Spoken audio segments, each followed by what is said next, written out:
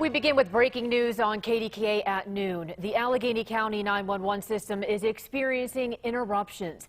Chief Matt Brown of the Allegheny County Emergency Services says due to the high winds, there are intermittent interruptions for some callers trying to contact 911. As a result, they're not able to connect with emergency dispatchers.